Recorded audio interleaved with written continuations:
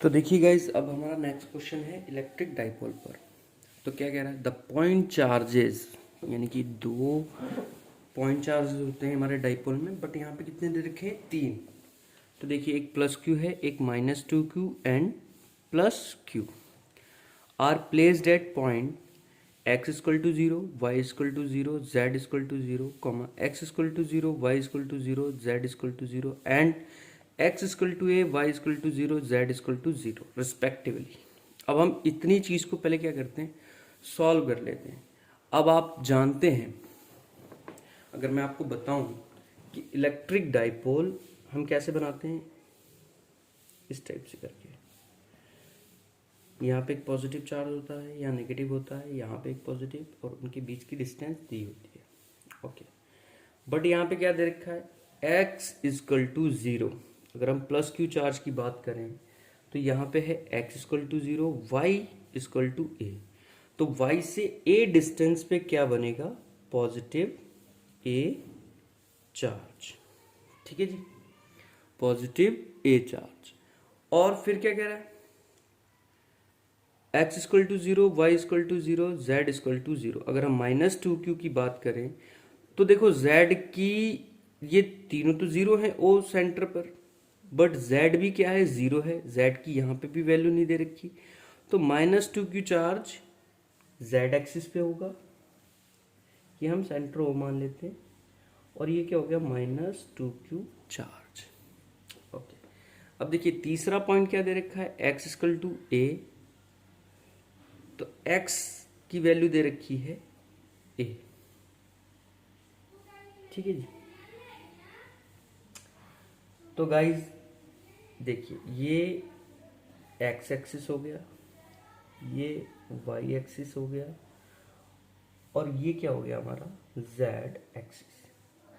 अब यहां से कह रहा है कि कहीं एक पॉइंट होगा P, वहां पर हमें the magnitude and the direction of the electric dipole moment vector of this changes assembly are. तो इस पॉइंट P पर हमें क्या फाइंड आउट करना है, रिजल्टेंट मोमेंट। क्या फाइंड आउट करना है, रिजल्टेंट मोमेंट। तो देखिए, रिजल्टेंट हम कैसे फाइंड आउट करेंगे, तो देखो Q, ये पॉजिटिव Q हो गया, ये भी पॉजिटिव Q हो गया, और ये माइनस टू क्यू हो गया नेगेटिव। ओके, तो देखिए रिजल्टेंट फाइंड आउट करने के लिए हम क्या करते हैं, रिजल्टेंट मोमेंट को, तो देखिए ये तो माइनस है, तो इन दोनों को फाइंड आउट करेंगे P पॉइंट पर, इन दोनों को P पॉइंट पर फाइंड आउट करेंगे। तो रिजल्टेंट हो जाएगा, देखिए क्यू ए का स्क्वायर प्लस क्यू स्क्वायर ए स्क्वायर का अंडर रूट। रिजल्टेंट आपको पता है कि अंडर रूट जो लेंथ होगी उसका स्क्वायर करते हैं हम, a square plus b square वाले फॉर्मूले से। तो ये देखिए under root two q a आ गया। अब क्या कह रहा है कि हमें डायरेक्शन भी बतानी है। तो देखिए, अब ये डायरेक्शन क्या है, ओपी डायरेक्शन है। ओके, ओपी डायरेक्शन है, और यहां पर जो थीटा बन रहा है वो 45 डिग्री बन रहा है। तो जब 45 डिग्री बन रहा है तो इसके जो कोऑर्डिनेट्स होंगे या पॉइंट्स होंगे वो क्या आएंगे, ये भी आएगा, ये भी आएगा पॉजिटिव, और क्या आएगा, 0 पॉइंट्स ले रहे हैं हम। तो क्या आ गया, प्लस ए, क्योंकि अगर हम ए इसकी एक्स एक्सिस की बात करें तो ये पॉजिटिव है, वाई एक्सिस की बात करें तो ये पॉजिटिव ए है, और जेड एक्सिस की बात करें तो यहाँ पे तीनों पॉइंट्स कैसे हैं, 0 है। तो गाइज ये हो गया हमारा आंसर। तो इसका आंसर होगा a, under root q a along the line joining points x equal to zero और वाई इक्वल टू जीरो पर क्या आएगा, x equal to a, y equal to a and z equal to zero. Okay guys.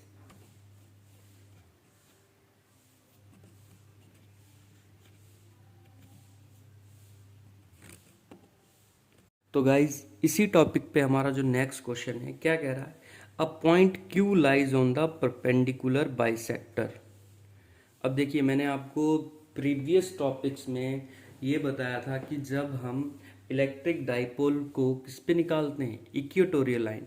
तो equatorial क्या line होती है, perpendicular to the क्या होता है, डाइपोल मोमेंट। तो देखिए गाइस क्या कह रहा है कि a point Q lies on the perpendicular bisector of an electric dipole moment P।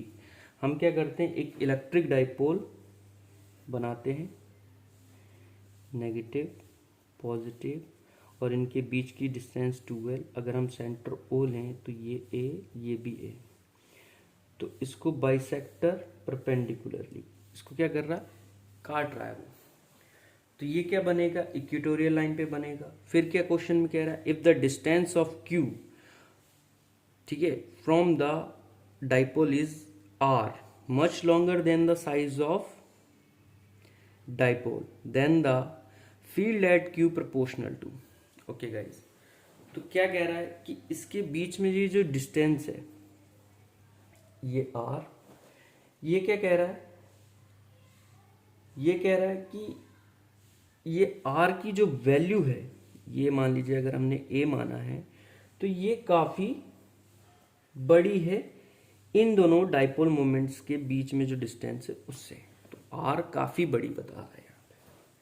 तो R डिस्टेंस है जहाँ पे हमें P electric field dipole find out करना होता है P पॉइंट पर। तो इस वैल्यू को कह रहा है ये काफी बड़ी है। तो गाइज हम फॉर्मूला जानते हैं कि जब भी इस टाइप से करके हमें क्या निकालना होता है, डाइपोल मोमेंट इक्वेटोरियल लाइन पर, तो वो क्या आता है, देखिए E equal to P upon 4πε0 1 upon R square plus A square 3/2। ये मैंने इस टॉपिक को प्रूव भी करवाया है। अगर आपको ये चीज़ समझ में नहीं आई तो आप मेरी प्रीवियस वीडियो को देख सकते हैं। ओके गाइज, अब 2a क्या है, जो हमने मान लीजिए 2a लिया था यहाँ पे, तो ये 2a क्या है, लेंथ है, लेंथ ऑफ द डाइपोल।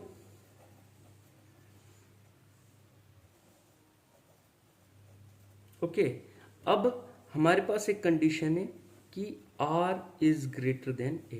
तो ये लेंथ तो वैसे भी छोटी होती है। अगर हम उस वीडियो की बात करें, उस टॉपिक की बात करें, तो यहाँ पे जो A होता है इसकी वैल्यू तो वैसे भी छोटी होती है।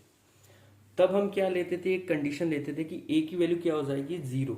क्या हो जाएगी, 0। तो यहाँ पे भी हम A की वैल्यू को क्या कर सकते हैं, नेगलेक्ट कर सकते हैं। तो E इक्वल टू क्या आ जाएगा, P 4πε0 1 upon R square plus 0 3/2 आ जाएगा। इस टाइप से करके हो जाएगा। ओके गाइस, अब देखिए यहाँ पे ये 0 हो गया, तो क्या हो गया, P 4 अपॉन वैल्यू क्या आ गई, R स्क्वायर से स्क्वायर कट जाएगा तो R⁻3। अब ये पूछ रहा है कि इलेक्ट्रिक डाइपोल किस पे डिपेंड करेगा, इलेक्ट्रिक डाइपोल किस चीज पे डिपेंड करेगा। तो देखिए, अगर हम यहां से अगर हम एक रिलेशन क्रिएट करें, तो क्या है वैल्यू हमारे पास, P अपॉन 4πε0 1 अपॉन R⁻3। अब देखिए E प्रोपोर्शनल टू P हो जाएगा, लिख सकते हैं हम, क्योंकि E प्रोपोर्शनल टू P। और क्या लिख सकते हैं, and E proportional to R⁻3 लिख सकते हैं। E proportional to 1 upon R⁻3, इस रिलेशन को हमने यहां से क्रिएट कर लिया।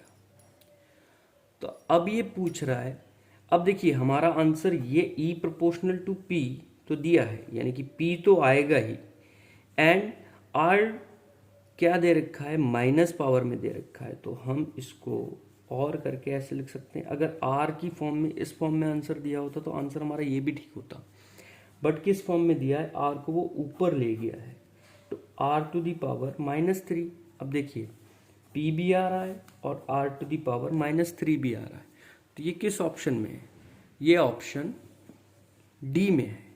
तो हमारा डी जो ऑप्शन होगा वो बिल्कुल राइट होगा। और ये क्वेश्चन 1998 में पूछा गया है।